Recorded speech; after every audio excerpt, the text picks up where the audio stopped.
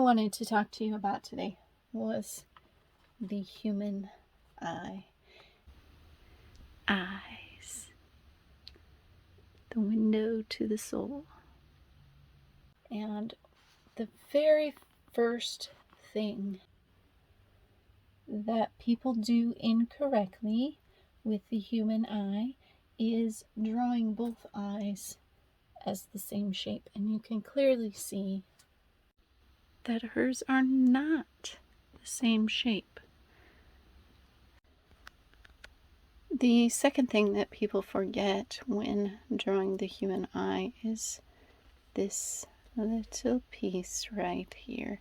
Half the time, if you look at beginner artists, they'll just have the main shape of the eye and forget that important little piece. So today I'm going to sit down and do a little drawing for you of an eyeball.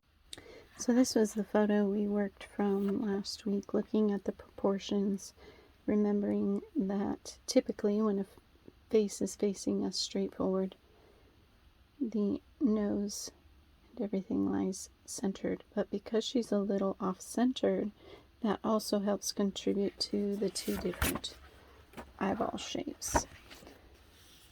So let's look at the eye itself. One thing to remember within the eyeball is that it's a sphere and you need to shade it as such. The only white in the eye is typically the highlights with a little bit on the whites of the eye, but that white part of the eyeball gets shading. You have to be careful though not to overdo it. If you overdo it, it gets kind of zombie-like or kind of on death's bed type of eyeball, where it doesn't look like there's a whole lot of life left to it. Someone might look sickly if you get the eyes too shaded.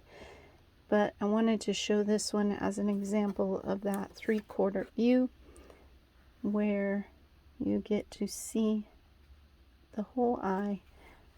It's still close to an eyeball space in between, but because her head is turned, it doesn't follow the typical guidelines of perspective that we talked about last week. So pay attention to those things as you're drawing. Get one drawn in the shape that it actually is, and then figure out how you can use that as a measuring tool. So if I were using my pen again, I showed you last week how to measure using your pen or pencil. You can see that there's just a touch more than an eyeball space if we measured the eye this way. So you can still, if I drew this eye first, you can still use that as a measuring tool and find how much space is in between. Using the photo first, of course, if you're drawing from a photo, which we are going to work on my beautiful daughter's eyes today. Or eye. We're just going to do one eyeball. Okay, again, paying attention to the details. So I'm going to use a pencil to point instead of a pen so that I don't accidentally mark the photo I'm working with here. But you can see that the shape is pretty unique in each eyeball. So as I mentioned in the painting that I showed you, pay attention to those unique shapes as you're drawing. Oh, I didn't show you this one. So see, it's a much different shape than this one. The other thing to pay attention to is all the curves and how they relate to one another. So we'll do this eye since the iris and pupil are a little bit clearer, and I'm going to move this to where I can see it because it was kind of hiding under the sketchbook. Zoom out a little bit, and again I'm just going to work with one hand for the time being just to give you the little mini lesson, but I like to start with the upper eyelid. So I'm looking very closely at this curve right here and trying to capture that.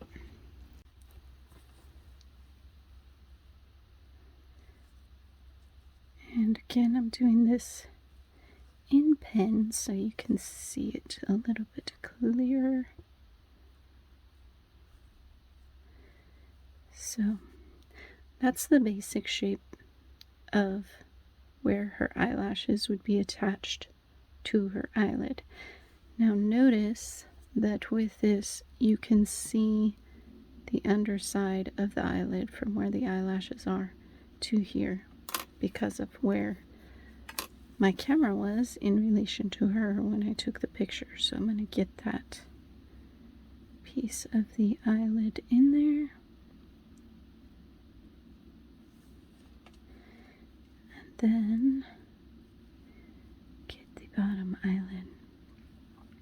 Now typically when you're drawing eyes, you will see that space between the eyelash line and the eyeball on the bottom, which you can kind of see a little bit. It's hard to tell because she has eyeliner on, but you can see a little bit of that space there in between. Remember that the eyelashes don't grow right up against the eye. That is another newbie mistake that people make.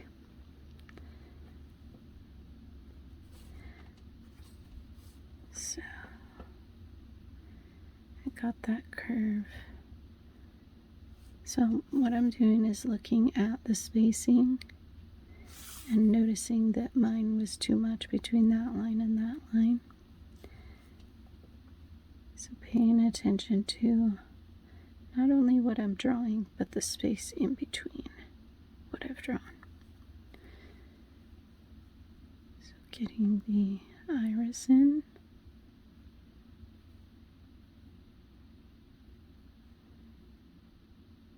And again, remembering it's a sphere, so everything is rounded.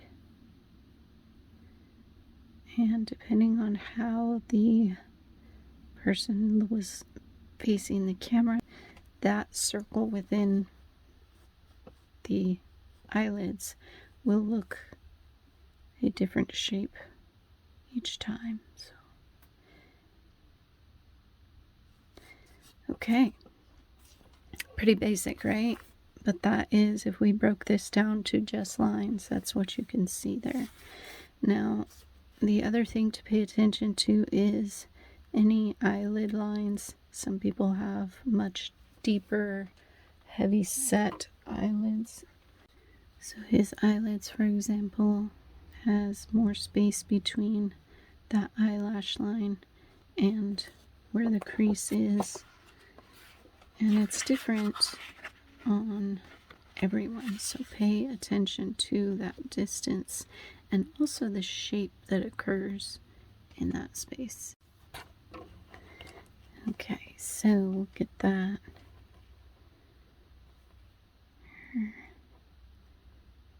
crease in there.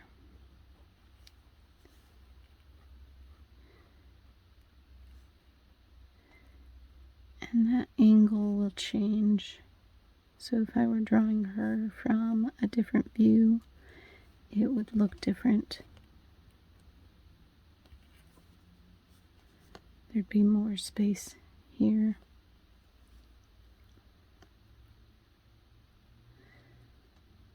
So remember that the pupil is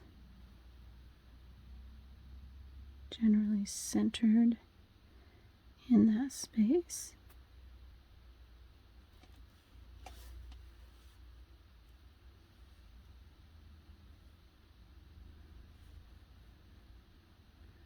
And I like to give a little bit of the brow line.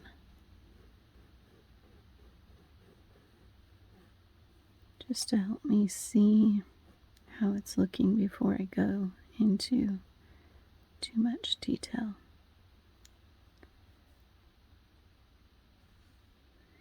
All right. One thing with the pupil, this one was really small to draw, but if you think of how it is an organic piece of material in there that changes and fluctuates in size, you can imagine that it's this intricate system of, I don't know if I want to call it muscles. I don't know that that's the correct medical term for it, but a whole lot of little pieces together to allow it to expand. Now, that's not medically accurate, but I want you to imagine it that way as you're drawing, because if you draw it as just like straight lines to fill in this black space, it won't look as realistic as if you do scribbles in there. Okay? This one may not have been the best example for that, just because her pupils are so small in this image. So next, pay attention to the shadows. So you notice how this upper part of her iris is darker than the lower part, and that's because of the shadow that's being cast from her upper eyelid. So make sure to capture that as you're drawing. And she has multicolored eyes, so hers are pretty unique.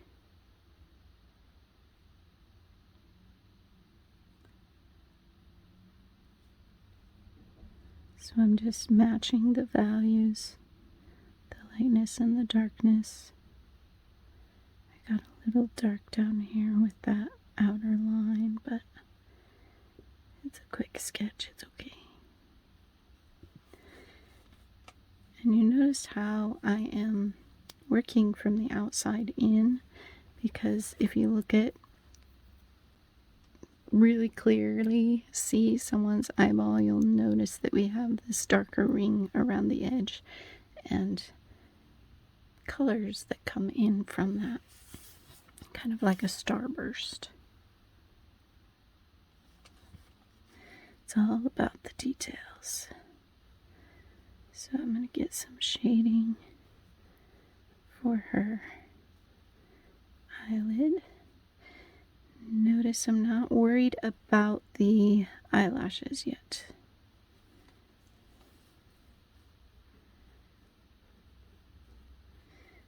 Anytime you're drawing something, think of what's laying behind this that I want to draw, the underneath part first.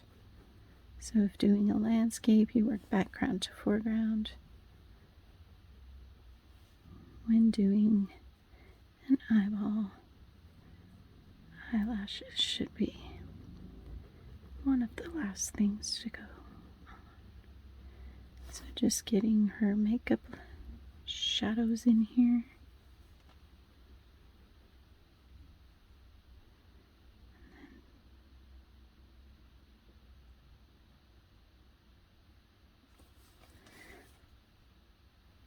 So in this photo, because of how I had the light set up, her eye itself, the white part of the eye, looks very, very white.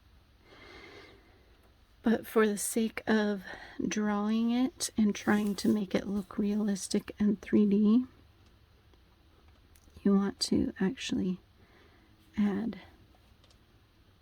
shading where that upper eyelid would cast a shadow and in the corners. And that's what's going to give it that 3D look. But again, be careful with that, because you can go too dark with the white of the eye, and then you get the zombie eyes, like I was saying.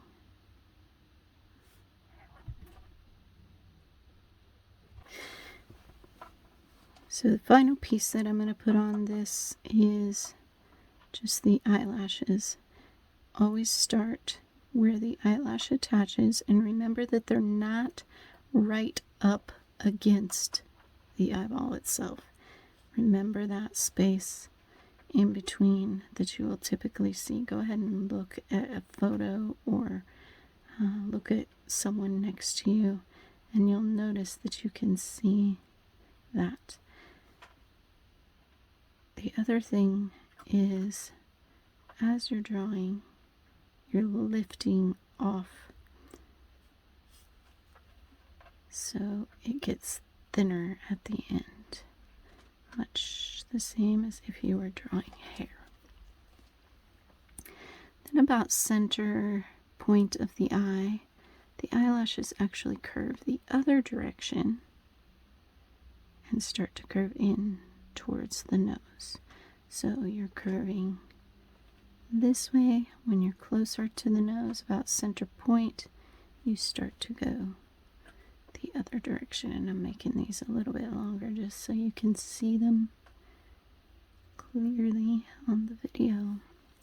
And then the same with the upper eyelashes. The difference here is those eyelashes are going to, because of the view that we have of her, see how they come down and then up. And so it's that same curve, but you're going to have a longer bend to it. And you can see how I'm lifting my pen off the page. That one got a little out of control. Gave her some fake lashes. We'll just do more fake lashes here, just for the sake of that curve, so you can see the curve clearly. I'm starting where they would attach, but then coming down and then up. And again, about halfway point, it gets kind of tricky, but you change direction and bend them towards the nose. Always curved. Some curve more than others. And the final piece I'm going to accentuate here is the corner, which there's a real name for it, but I can't think of it at the moment. And pay attention to the shading and highlights that happen. That's what will help you get that realistic looking eye. Hers is a really good example of the highlights and shadows that you'll see within that space. So pay attention to the details. I cannot say that enough. Pay attention to the spacing between and how those curves and angles relate to one another, and you'll get your eyes to look realistic. Thank you for joining me. I'll talk to you all again very soon. Bye, everybody.